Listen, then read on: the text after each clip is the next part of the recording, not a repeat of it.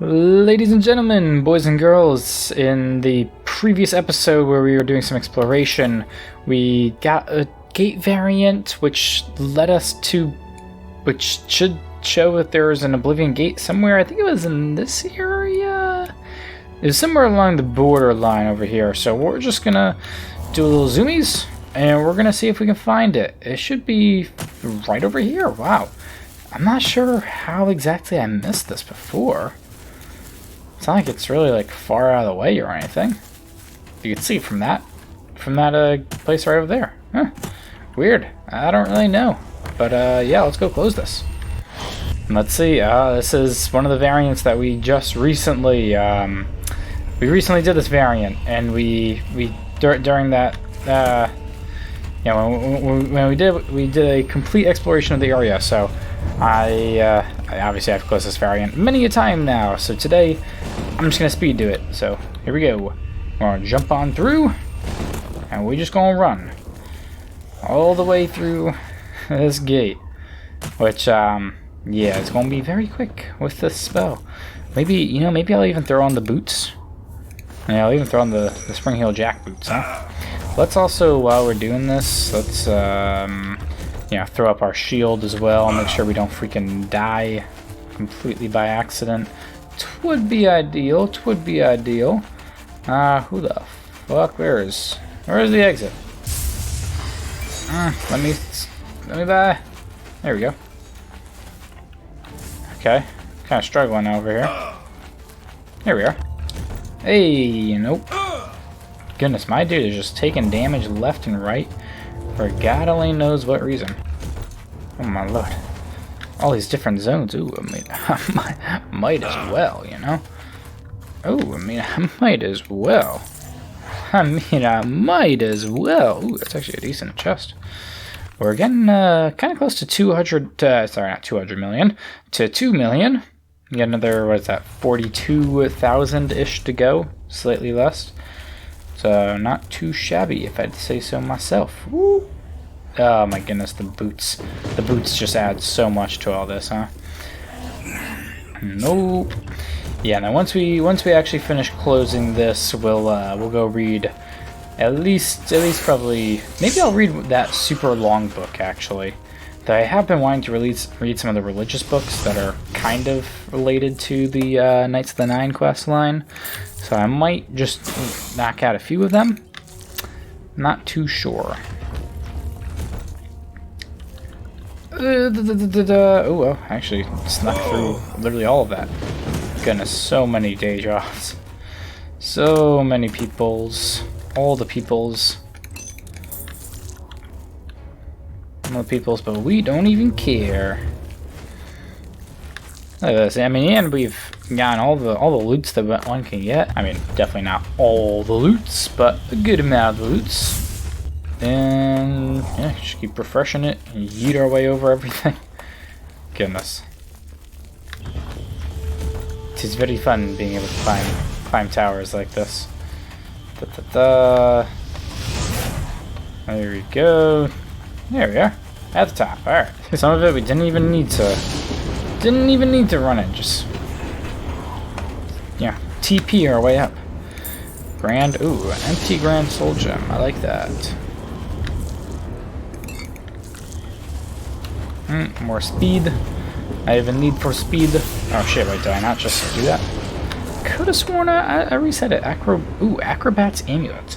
Fortify speed, athletics, and acrobat. That's actually really solid if we're trying to be a quickster. I mean, I don't really care that much about being quick. I feel like I'm already plenty quick enough. But you know what?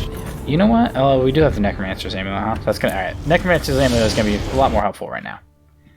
But perhaps after we'll just test it out real quick. I'll probably end up selling it, because I mean, I don't really need it that bad. But you never really know. Oh my goodness. And of course we turn you into a freaking weak ass boy. Okay. Well, that filled up a different thing. You don't actually get affected by that. It's okay. No sir. Get your big titties out of here. Alright. think that's everything. Well, close this gate. Nice getting this out of the way. Yeah, there's definitely going to be some... Ooh, RIP. Ooh, just dig right up in his asshole for that one. You don't want to know where this gold has been. Oh shit, there is more. Oh, really? Alright, that's okay. It's okay. Did I... Okay, that's fine. Sheep did. Does that fill you? That filled up a different one. Okay, well, yeah, nice to get this out of the way.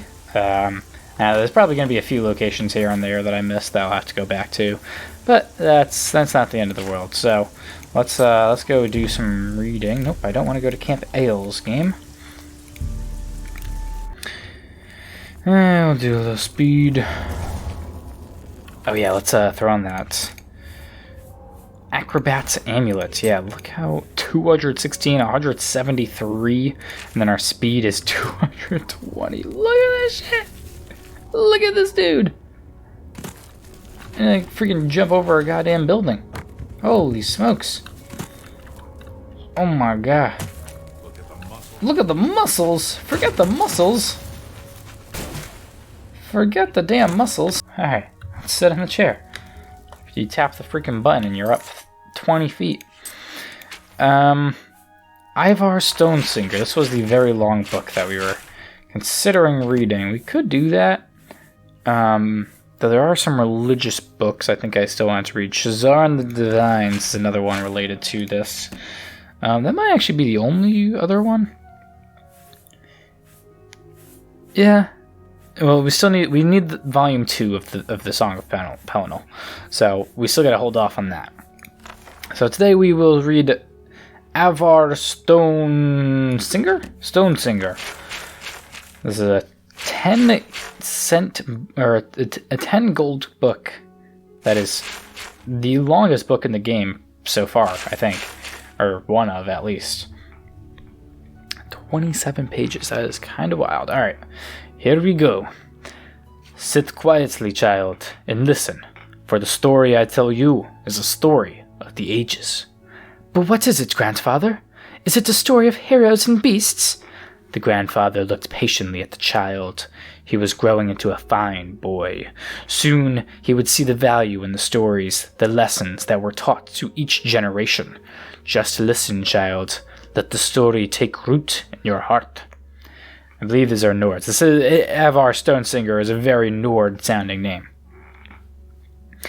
In a time before now, long before now, when the Skaal, oh yeah, this is part of the Dragonborn DLC. The Skaal. I believe they're also probably part of Morrowind, but I could be wrong about that since I've never played the game. When the Skaal were new, there was peace in the land. The sun was hot and the crops grew long, and the people were happy in the peace that the All-Maker provided. But the Skaal grew complacent and lazy, and they took for granted the lands and all the gifts the All-Maker had given them. They forgot and chose not to remember that the adversary is always watching, and that he delights in tormenting the All-Maker and his chosen people. And so it was that the adversary came to be among the Skaal. The adversary has many aspects. He appears in the unholy beasts and the incurable plague. At the end of seasons, we will know him as Thartag, the World Devourer. But in these ages, he came to be known as the Greedy Man. The Greedy Man, that is what we call him, for to speak his name would certainly bring ruin on the people. Lived among the Skaal for many months. Perhaps he was once just a man, but when the adversary entered into him, he became the Greedy Man, and that is how he is remembered. I don't really remember this being a story. Maybe this is Hermaeus Mora that they're mentioning, because that's kind of like the enemy that they have in... it's probably Hermaeus Mora. That's meant to be like the enemy that they have in Skyrim in that DLC. It came to be one day that the powers of the Skaal left them. The strength left the arms of the warriors, and the shaman could no longer summon the beasts to their side. The elders thought that surely the All-Maker was displeased, and some suggested that the All-Maker had left them forever. It was then that the greedy man appeared to them and spoke. "You of the Skaal have grown fat and lazy. I have stolen the gifts of your All-Maker. I have stolen the oceans, so you will forever know thirst. I have stolen the lands, and the trees, and the sun, so your crops will wither and die. I have stolen the beasts, so you will go hungry, and I have stolen the winds, so you will live without the spirit of the All-Maker. And until one of you can reclaim these gifts, the Skaal will live in misery and despair, for I am the greedy man, and that is my nature." And the greedy man disappeared. The members of the Skaal spoke for many days and nights. They knew that one of them must retrieve the gifts of the All-Maker, but they could not decide who it should be. "I cannot go," said the elder, "for I must stay to lead the Skaal and tell our people what is the law." "I cannot go," said the warrior, "for I must protect the Skaal. My sword will be needed in case the greedy man reappears." "I cannot go," said the shaman, "for the people need my wisdom. I must read the portents and offer my knowledge." Wow, a lot of lame-ass excuses over here. It was then that a young man called Aevar lifted his voice. He was strong of arm and fleet of foot, though he was not yet a warrior of the Skaal. "I will go," said Aevar, and the Skaal laughed. "Hear me out," the boy continued. "I am not yet a warrior, so my sword will not be needed. I cannot read the portents." The portents? What the hell is that? "So the people will not seek my counsel. And I am young, and not yet wise in the ways of the law. I will retrieve the gifts of the All-Maker from the greedy man. If I cannot, I will not be missed." The Skaal thought on this briefly, and decided to let Aevar go. Yeah, fuck that kid, huh? If he dies, it doesn't really matter anyway, so we might as well just send the young guy. He left the village the next morning to retrieve the gifts. Aevar first set out to retrieve the gift of water, so he traveled to the Waterstone. It was there the All-Maker first spoke to him. "Travel west to the sea and follow the swimmer to the waters of life." So Aevar walked to the edge of the ocean, and there was the swimmer, a black horker sent from the All-Maker. The swimmer dove into the waters and swam very far, and far again. Aevar was strong, though he swam hard. He followed the swimmer to a cave, swimming deeper and deeper, his lungs burning and his limbs exhausted. At last, he found a pocket of air, and there, in the dark, he found the waters of life. Gathering his strength, he took the waters and swam back to the shore. Upon returning to the Waterstone, the All-Maker spoke. "You have returned the gift of water to the Skaal. The oceans again will bear fruit, and their thirst will be quenched." Aevar then traveled to the Earthstone, and there the All-Maker spoke to him again. You know, all of these stones that they have are actually in the game, and they're like all corrupted by, during that quest line by whatever the fuck that guy's name was, I can't forget. "Enter the cave of the hidden music, and hear the song of the earth." So Aevar traveled north and east to the cave of the hidden music. I don't recall there being a cave of hidden music, but sure. He found himself in a large cavern where the rocks hung from the ceiling and grew from the ground itself. He listened there and heard the song of the earth, but it was faint. Grabbing up his mace, he struck the rocks of the floor in time with the song, and the song grew louder until it filled the cavern and his heart. Then he returned to the Earthstone. "The gift of the earth is with the Skaal again," and said the All-Maker. "The lands are rich again and will bear life." Aevar was tired as the sun burned him. The trees offered no shade, and there was no wind to cool him. Gonna need the wind one, huh? Still, he traveled on to the Beast Rock, and the All-Maker spoke. "Find the good beast and ease his suffering." Aevar traveled through the woods of the Insinfir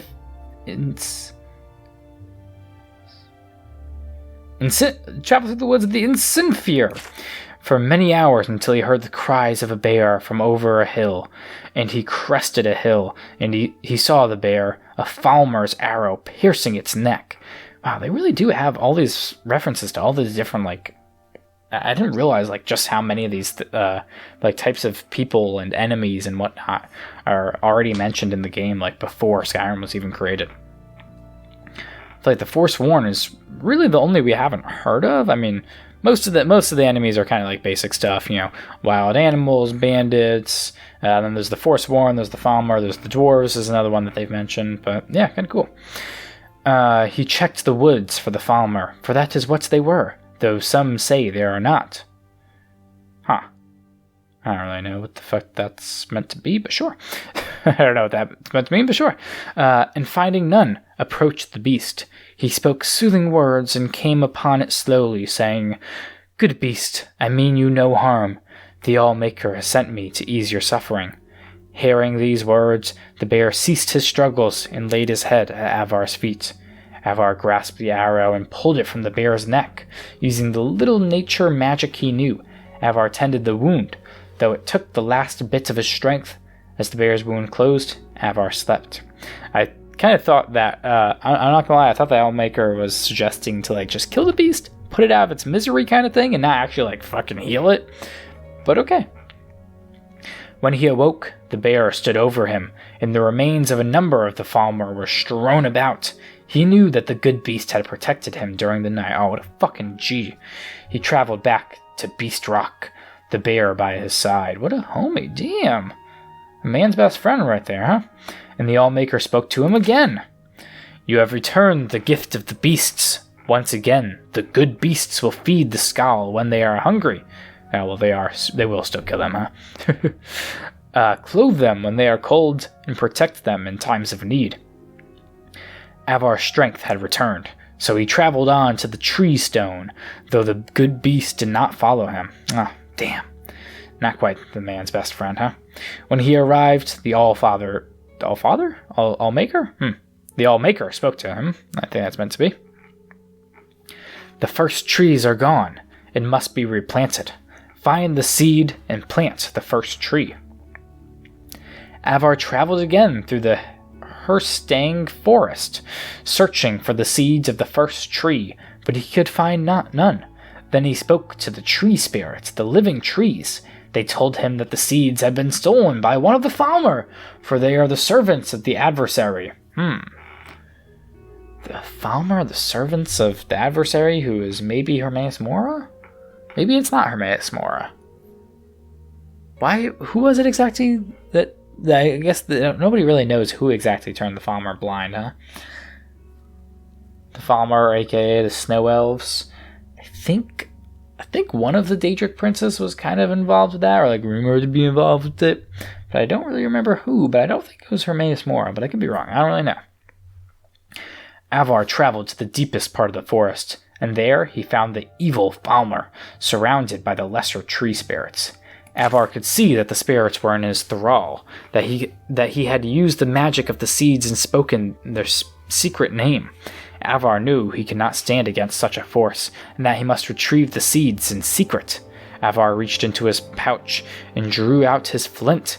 Gathering leaves, he started a small fire out. For someone. Yeah, all right, fair enough. Outside of the clearing. Okay, fair enough. Outside the clearing, with the Falmer and the ensorcelled spirits milled. All the Skaal know the spirits' hatred of fires, for the fires ravage the trees they serve. At once, the nature of the spirits took hold, and they rushed to quell the flames. During the commotion, Aevar snuck behind the Falmer and snatched the pouch of seeds, stealing away before the evil being knew they were gone. When Aevar returned to the tree stone, he planted the tree in the ground, and the All-Maker spoke to him. I feel like starting a fire in the middle of a forest probably isn't the best way to get the gift of trees on your side, but sure. The gift of trees is restored! Yeah, why not? Once again, the trees and plants will bloom and grow, and provide nourishment and shade. Aevar was tired, for the sun would only burn, and the winds would not yet cool him, but he rested briefly in the shade of the trees. His legs were weary and his eyes heavy. Jesus, dude, I feel like you're still allowed to sleep, my god. But he continued on, traveling to the Sunstone. Again, the All-Maker spoke. The gentle warmth of the sun is stolen, so now it only burns. Free the sun from the halls of Penumbra. And so Aevar walked west over the frozen lands until he reached the halls of Penumbra. Yeah, I'm not familiar with that location. The air inside was thick and heavy, and he could see no further than the end of his arm. Still, he felt his way along the walls, though he heard the shuffling of feet and knew that this place held the unholy beasts who would tear his flesh and eat his bones. For hours, he crept along until he saw a faint glow far at the end of the hall. There, from behind a sheet of perfect ice, came a glow so bright he had to shut his eyes, lest they be forever blinded. He plucked the flaming eye from one of the unholy beasts and threw it at the ice with all his might. A small crack appeared in the ice, then grew larger. Slowly, the light crept out between the cracks, widening them, splitting the ice wall into pieces. With a deafening crack, the wall crumbled, and the light rushed over Aevar and through the halls. He heard the shrieks of the unholy beasts as they were blinded and burned. He ran out of the halls, following the light, and collapsed on the ground outside. When he was able to rise again, the sun again warmed him, and he was glad for that. He traveled back to the Sunstone, where the All-Maker spoke to him. The gift of the sun is the Skaal's once again. It will warm them and give them light. Aevar had one final gift he had to recover, the gift of the winds, so he traveled to the Windstone, far on the western coast of the island. When he arrived, the All-Maker spoke to him, giving him his final task. Find the greedy man and release the wind from its captivity. So, Aevar wandered the land in search of the greedy man. The warrior stayed behind just in case that dude came along. I feel like the man didn't really do much, huh? Whatever. So Aevar wandered the land in search of the greedy man. He looked in the trees, but the greedy man did not hide there. Nor did he hide near the oceans or the deep caves. The beasts had not seen him in the dark forests. Finally, Aevar came to a crooked house, and he knew that here he would find the greedy man. "Who are you?" shouted the greedy man, "that you would come to my house?" "I am Aevar of the Skaal," said Aevar. "I am not warrior, shaman, or elder. If I do not return, I will not be missed. But I have returned the oceans and the earth, the trees, the beasts, and the sun, and I will return the winds to my people, that we may feel the spirit of the All-Maker in our souls again." And with that, he grabbed up the greedy man's bag and tore it open.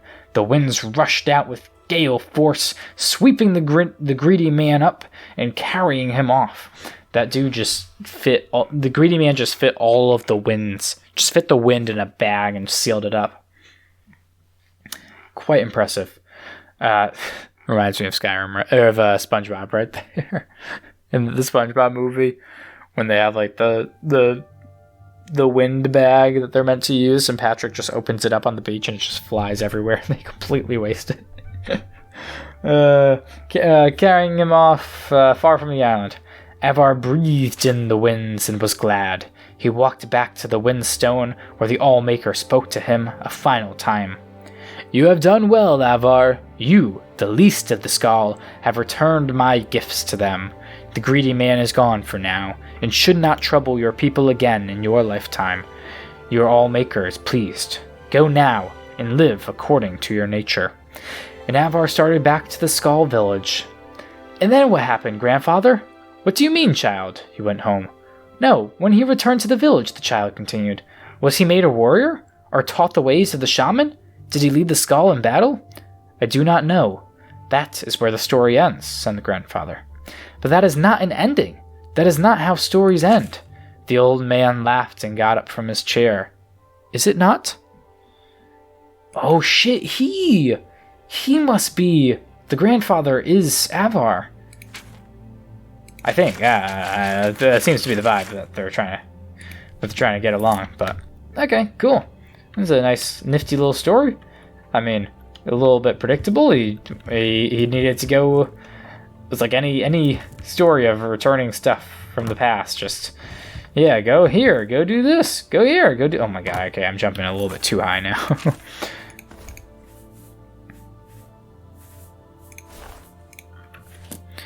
Go here, go get that, go there, go return this. Boom, boom, boom. A whole bunch of do this, do that. But yeah, okay. It was a solid book. It was a solid book. Definitely worth 10 gold, I would say. Why not? But yeah, so that's gonna do it for this video. So thank you for watching. It's been decently productive. We can't that doesn't just like reset after some time. That's a little upsetting. But yeah, thank you for watching. Don't forget to like, comment, subscribe, and I'll see you in the next video where we shall be continuing more of the Knights of the Nine, recovering the curious of the Crusader from the Priory of the Nine. Hope to see you then. Till then, goodbye. Cause I don't wanna see the glow without you. Refuse to even leave my home without you. Or my brain's gonna explode without you. I don't even know how to cope without you. Cause I don't wanna see the glow without you. Refuse to even leave my home without you. Or my brain's gonna explode without you. I don't even know how to cope without you.